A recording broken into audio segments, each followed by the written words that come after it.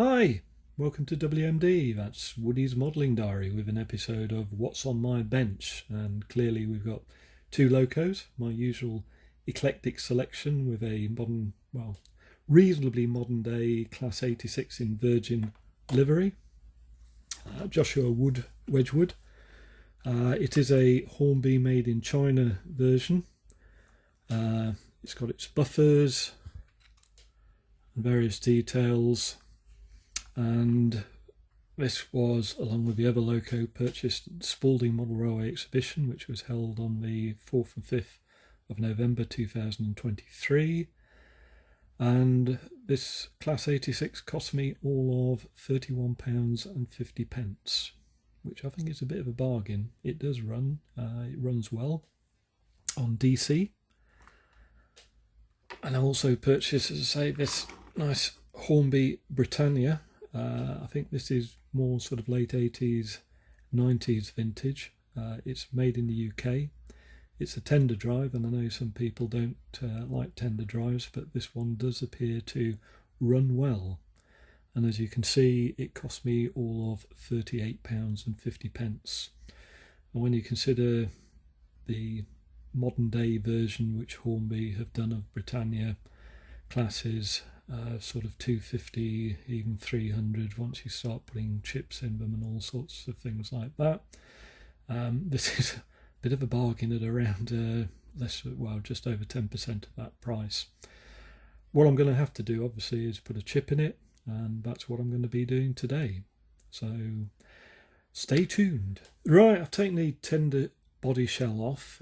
Quite literally just put your fingernails or a piece of plastic underneath and it quite literally almost falls off. That's the great thing about these old locos. They were built to be dismantled fairly easily. That's the tender mechanism.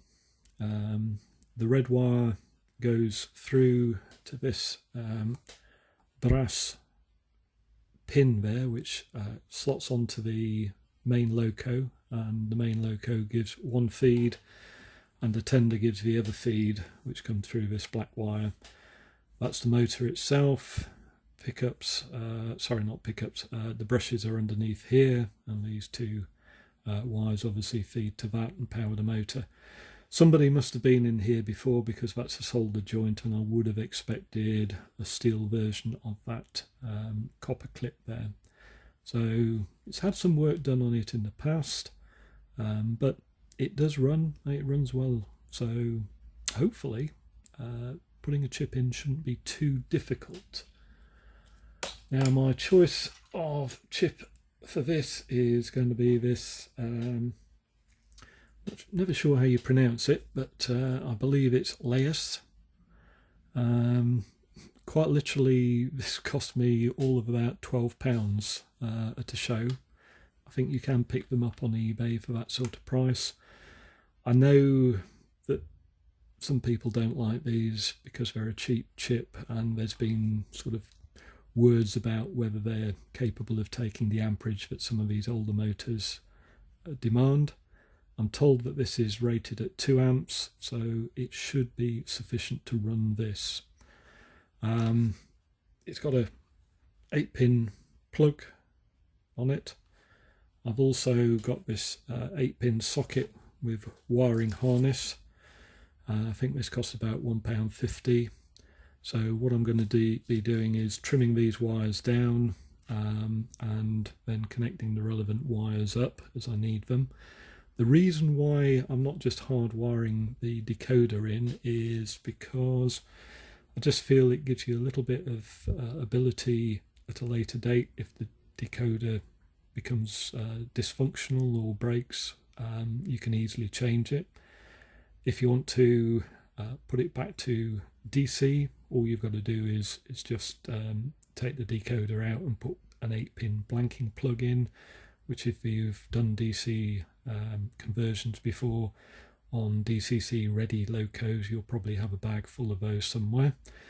And again, if you want to sell the loco at a later stage but want to keep the chip, you can obviously put the blanking plug in and sell it with the additional selling point of being DCC ready. So that's why I'm going for that. So we'll have a look at how this all fits in once I've got these wires disconnected. I'm going to have to desolder that one, and then we'll see which wires need to go where and whereabouts I'm going to be putting the actual decoder. Right, I've managed to desolder that wire, pull that wire off. The decoder itself, I've just looped the wires round. What I'm hoping is that I can mount the decoder there. It's a bit tight in here, but then hopefully be able to put the plug across there, and there should be sufficient room to be able to get the body back on. That's the plan anyway. What I'm going to have to do is reduce the length of this wire, because I don't want all of this having to be contained within there when we've got tightness for space anyway. So what I'm going to do is trim those down and make sure that we've got enough wire to do what we want, but not too much wire. So once I've done that, we'll be back again. Well, I've trimmed the wire off, and it's always useful just to keep hold of this stuff. It is useful for all sorts of jobs. If you've got to do some wiring up of lighting or motor in a locomotive, it's always useful. So we'll put that to one side.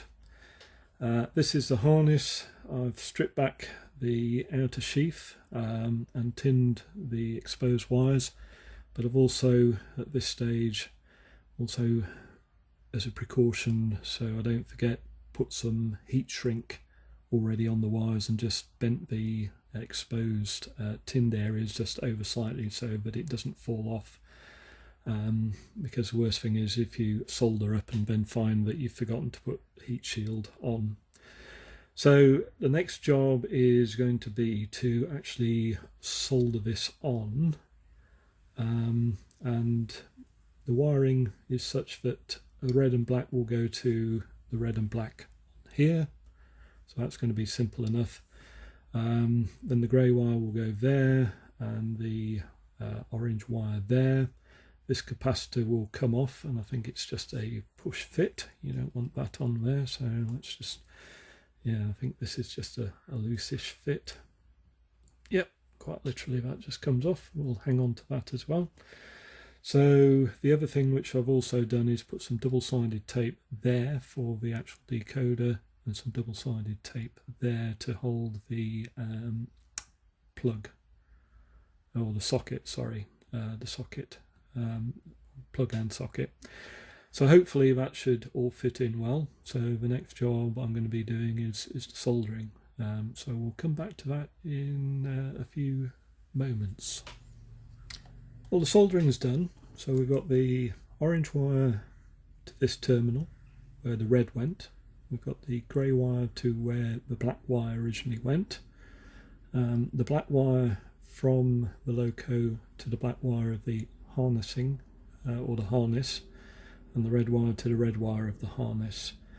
I did actually forget, I don't need the heat shrink on this, so I took it off the grey and orange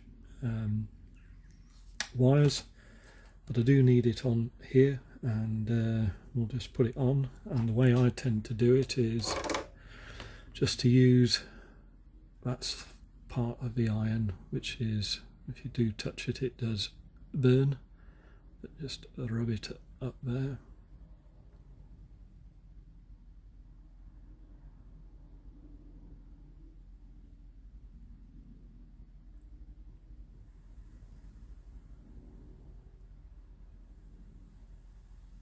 And that should shrink it and make your joint safe from being a short or anything of that nature.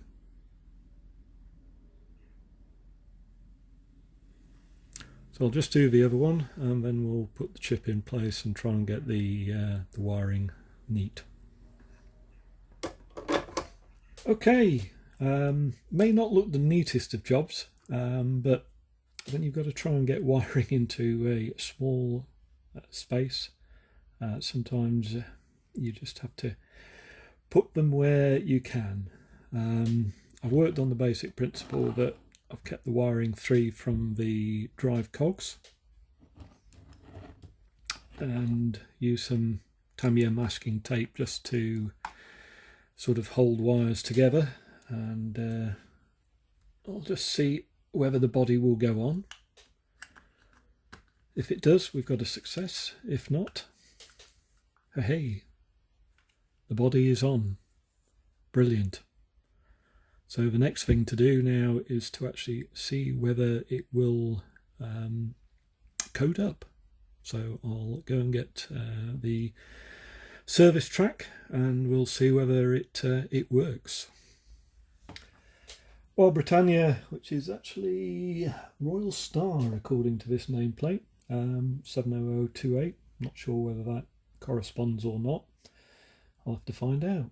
But anyway, it's on the service track, ready to program. So let's see whether it will respond. Ooh, got some movement, so something's happening. Okay, it says it's programmed. I've used a 4-digit code on this. The chip is capable of 4 digits, so I tend to use the loco number. So in this case, I've named it 7002. I haven't got any class 70 diesels, so I shouldn't be confused by that. Anyway, let's try it on the track. Well, the loco's on my last great project layout. We've got a little bit of a train to it, just 3 maroon coaches, which is all I've got out at the moment. One thing I've noticed is that on this side of the loco, somebody's given it a different identity.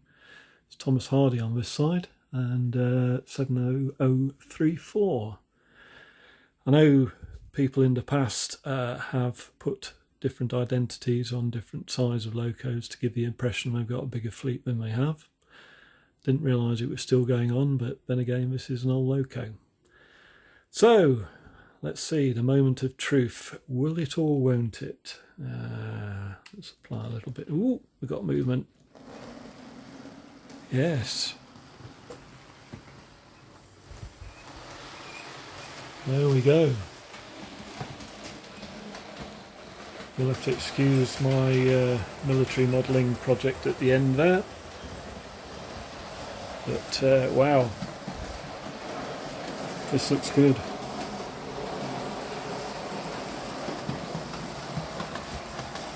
It seemed to run smoothly.